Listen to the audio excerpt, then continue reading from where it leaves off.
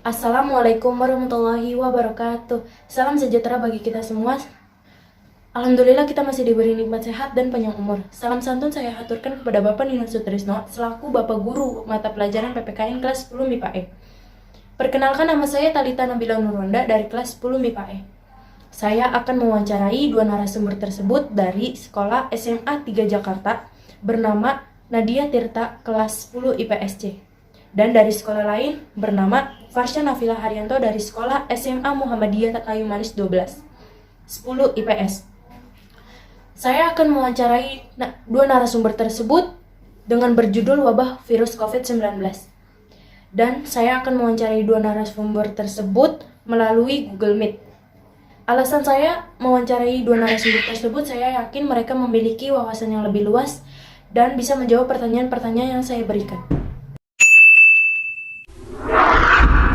Baik, saya akan mewawancarai narasumber yang pertama, yaitu Nadia Tirta dari kelas 10 IPSC dari SMA 3 Jakarta.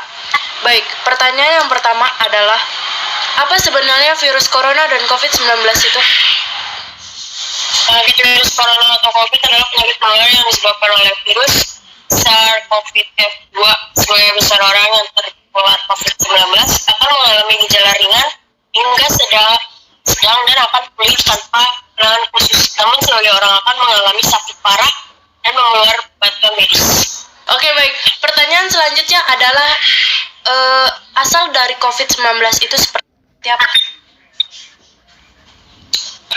Virus SARS-CoV-19 pertama kali terdeteksi di China pada akhir 2019 pada Juni 2021 telah menyebar dan ke seluruh dunia menyebabkan 178 juta kasus yang dikonfirmasikan dan 3,9 juta kematian. Beberapa kasus awal terkait dengan pasar basah di kota Wuhan, terdapat klaster pertama infeksi COVID-19 tercatat selama beberapa bulan terakhir. Ada ilmuwan telah mencapai konsumen luas bahwa virus timbul sebagai akibat dari zoonotic spillover atau virus yang melompat dari hewan yang terinfeksi ke manusia sebagai menjadi sangat menular dari manusia ke manusia lain. Oke, baik. Jadi COVID-19 itu asalnya dari Cina ya. Oke, pertanyaan selanjutnya adalah cara penularan COVID-19 itu seperti apa? Penularannya itu seperti tetesan pernapasan atau droplets dan aerosols, terus transpirasi udara, transpirasi permukaan benda, fase oral. Baik. Pertanyaan selanjutnya adalah ketahanan COVID-19 itu di lingkungan luar seperti apa?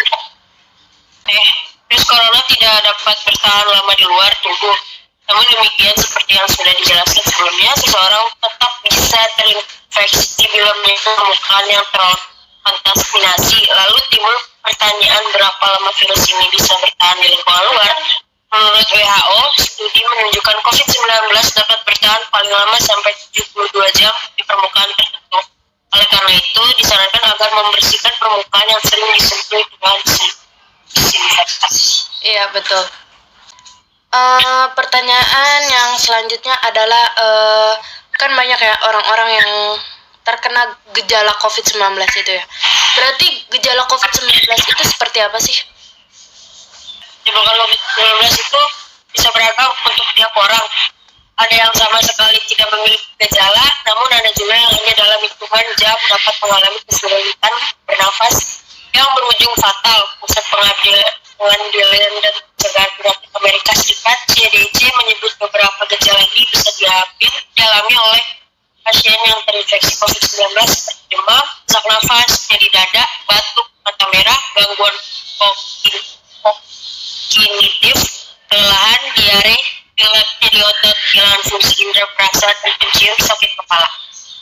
Oke, berarti banyak banget ya yang terkena COVID-19 itu dari demam dan sesak nafas, batuk, gangguan kognitif, kelelahan, diare, pilek, nyeri otot, kehilangan fungsi indera perasa dan penciuman, dan sakit kepala. Betul ya? Oke, pertanyaan selanjutnya adalah obat dan vaksin COVID-19 itu adalah? menyetujui program solidaritas ya untuk mempercepat riset obat yang efek membantu kesembuhan pasien COVID-19. Nama obat seperti remdesivir, dexamethasone, dan chloroquine beberapa kali disebut dapat bermanfaat meski dengan risiko efek sampingnya masing-masing. Sementara untuk vaksin sudah ada lebih dari 100 kandidat vaksin COVID-19 yang dapat diteliti. Kandidat dari perusahaan bioteknologi modern sampai disebut mulai masuk dalam tahap uji klinik. WHO berharap akhir tahun 2020 vaksin COVID-19 sudah bisa mulai diproduksi. Baik. Pertanyaan selanjutnya adalah cara cegah COVID-19 itu adalah pencegahan COVID-19. Yang sering diutara terakhir adalah tentang cara mencegah penularan terhadap yang vaksin dan efek belum benar-benar ditemukan. Jadi cara dinilai paling baik dalam menghadapi wabah COVID-19 ya agar orang-orang saling menjaga jarak minimal 1,5 atau 2 meter. Selain itu disarankan juga agar memakai masker, rajin mencuci tangan, hindari penyentuhan wajah dan sering-sering disinfektan permukaan yang sering disentuh. Ya, betul banget. Dan sekarang sudah ada peraturan prokes atau protokol kesehatan itu. Ada berapa sih protokol kesehatan itu? Berapa sih?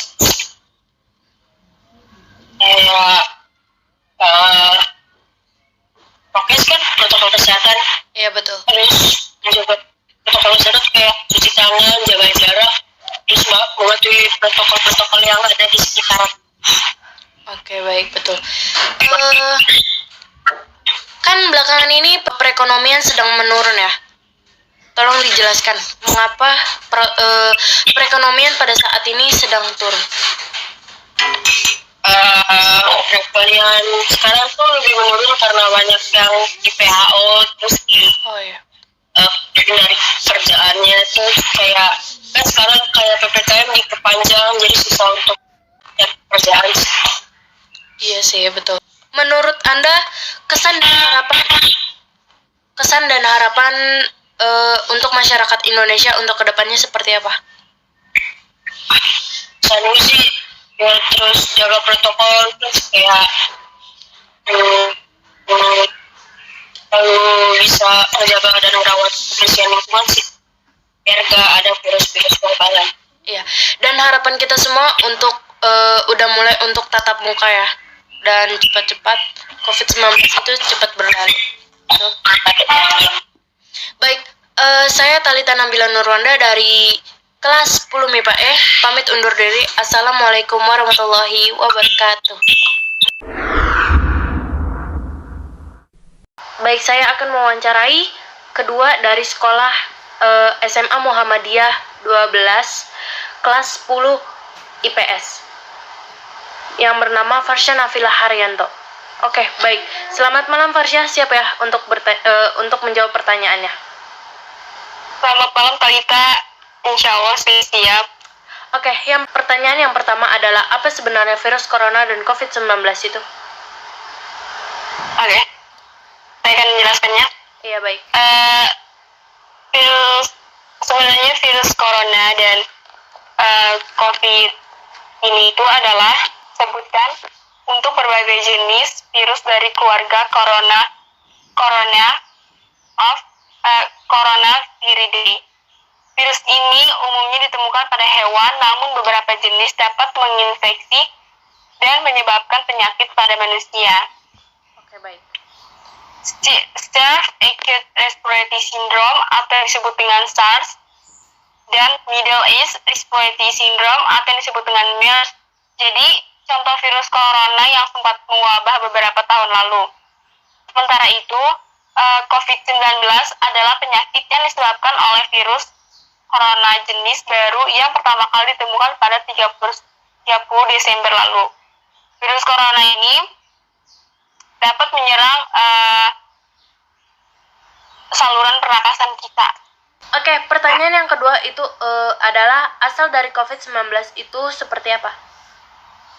Nah, banyak sekali masyarakat yang menanyakan dari mana sih asal muasalnya COVID-19. Nah, di sini semuanya pasti semuanya sudah pada tahu ya, asal COVID-19 ini virusnya dari mana? Ya benar, dari Cina, Wuhan. Pertama, virus ini muncul dari negara mereka dan sehingganya virus ini menyebar ke seluruh negara, dan sampai sekarang virus ini belum berakhir juga, walaupun sudah banyak yang sembuh. Jadi asal muasal COVID-19 ini banyak yang nanya, kok bisa virus ini muncul mendadak lalu jadi pandemi? Oke, WHO menegaskan hingga ini sumber COVID-19 belum diketahui, tapi tim peneliti masih melakukan investigasi, namun dicurigai kemungkinan besar virus ini berasal dari hewan. Dan WHO masih terus memantau riset terbaru terkait hal ini, dan topik COVID-19 lainnya akan diperbarui begitu temuan baru dilaporkan. Itu yang dikatakan oleh WHO. Oke, pertanyaan selanjutnya adalah bagaimana bisa terjadi cara penularan COVID-19 itu? Nah, jadi gimana cara penularan COVID-19 itu? Jadi cara penularan COVID-19 itu aja tidak dari orang yang sudah bergejala COVID-19, habis itu kita terinfeksi. Sebenarnya itu juga bisa terjadi, tetapi kita juga bisa terinfeksi COVID-19 dari orang yang tidak bergejala. Misalnya, kita ada di suatu ruangan atau di suatu tempat, orang yang di sebelah kita itu dia batuk begitu saja dan bersin begitu saja, sehingga orang itu mengeluarkan droplet atau yang disebut dengan cipatan liur yang bisa keluar dari mulut orang tersebut. Dan droplet itu akan tersebar ke udara dan menempel ke meja, bangku, pintu, dan sebagainya lainnya. Dan jika kita menyentuh itu yang sudah terkena droplet atau cipatan liurnya, kita bisa juga terinfeksi COVID-19 tersebut walaupun kita tidak bergejala. Oke, baik. Berarti penularannya sangat ini banget ya. Berarti penularannya itu dari cipratan air liur dari orang lain ya. Oke, pertanyaan selanjutnya adalah seperti apa ketahanan COVID-19 di lingkungan luar? Oke, di sini banyak banget ya jadi pertanyaan gimana tahanan virus ini di lingkungan luar. Jadi virus ini tidak dapat bertahan lama di luar tubuh. Namun demikian, seperti yang sudah dijelaskan sebelumnya, virus ini bisa terinfeksi bila menyentuh permukaan yang terkontaminasi. Permukaan yang terkontaminasi itu yang apa sih? Yang tadi seperti saya jelaskan, yang droplet orang yang keluar dari mulutnya, dan droplet itu tersebar ke udara atau nempel di meja dan sebagainya lainnya. Lalu timbul pertanyaan, berapa lama virus ini bisa bertahan di lingkungan luar? Menurut WHO, virus ini bertahan di lingkungan luar itu dapat bertahan paling lama sampai 72 jam di permukaan tertentu. Oleh karena itu, kita selalu diingatkan, disarankan agar membersihkan permukaan yang sering disentuh dengan disinfektan.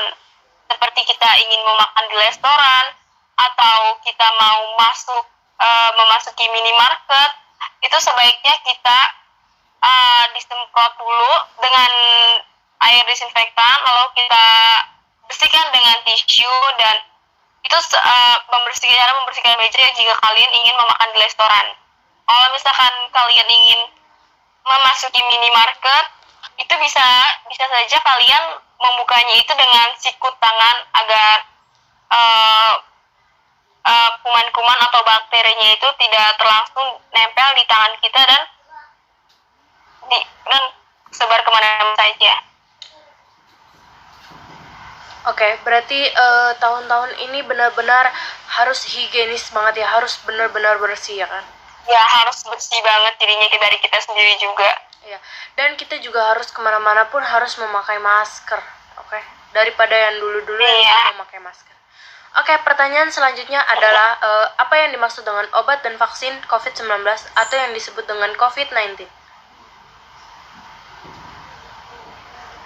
Oke, obat dan vaksin COVID-19 ini, menurut WHO telah meluncurkan program Solidarity Trial untuk mempercepat riset obat yang efektif membantu kesembuhan pasien COVID-19. Nama obat seperti Remdesivir, Dexamethasone, Avigan, dan Chloroquine beberapa kali disebut dapat bermanfaat meski dengan resiko efek sampingnya masing-masing. Sementara untuk vaksin sudah ada lebih dari 1.000 kandidat vaksin COVID-19 yang sedang diteliti. Kandidat dari perusahaan bioteknologi Moderna sempat disebut mulai masuk dalam tahap uji klinis akhir. WHO berharap akhir tahun 2020 vaksin COVID-19 sudah bisa dimulai diproduksi. Ya benar, vaksinnya sekarang sudah bisa diproduksi bahkan dari bulan kemarin ya. Dan sampai sekarang juga sudah diadai vaksin COVID-19 untuk anak di atas umur 12 tahun ke atas. Oke, baik. Oke, baik, benar banget. Dan vaksin ini butuh banget ya, harus banget untuk divaksin semua Ya, umur yang di harus atas wajib. 12 tahun. Oke, pertanyaan selanjutnya adalah bagaimana cara pencegahan COVID-19 itu? Oke, cara pencegahan COVID-19 ini sebenarnya kalau kita jalani itu akan mudah untuk kita, terbiasa untuk kita juga untuk menjaga kebersihan ya. Betul.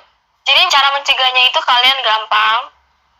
Kalian jika kalian ada di kerumunan atau sedang antri, sebaiknya kalian itu jaga jarak minimal 1,5 sampai 2 meter. Selain itu disarankan juga agar memakai masker double ya, maskernya 2, yang pertama medis, yang kedua kain. Selain itu kita harus mencuci tangan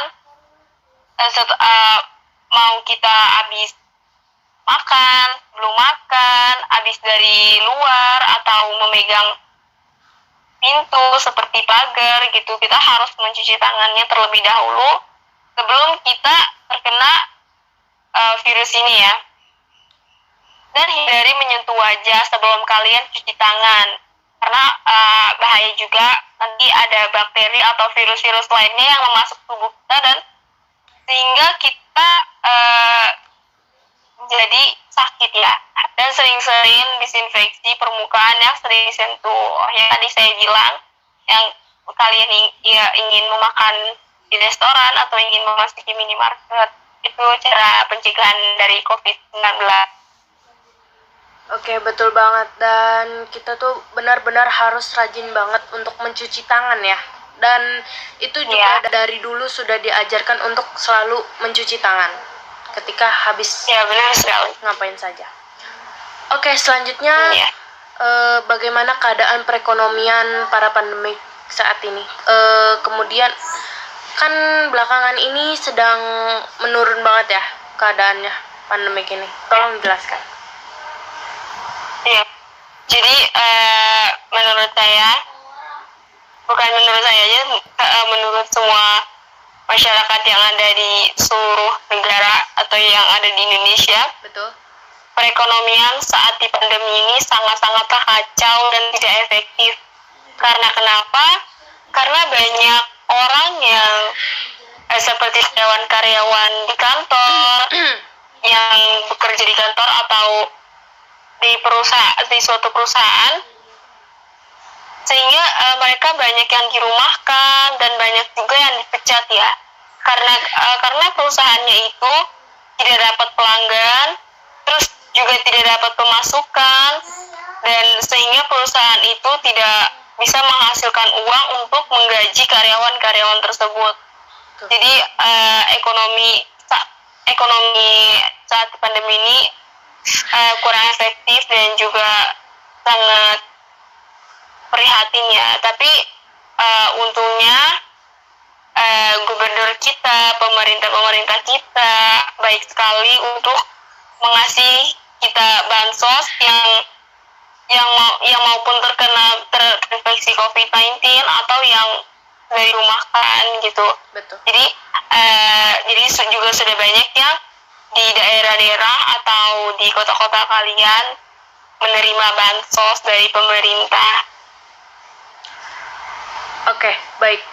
Dan belakangan ini juga dari pemerintah untuk mengasihi ke warga-warga mengasihi bansos ya. Ya, benar sekali.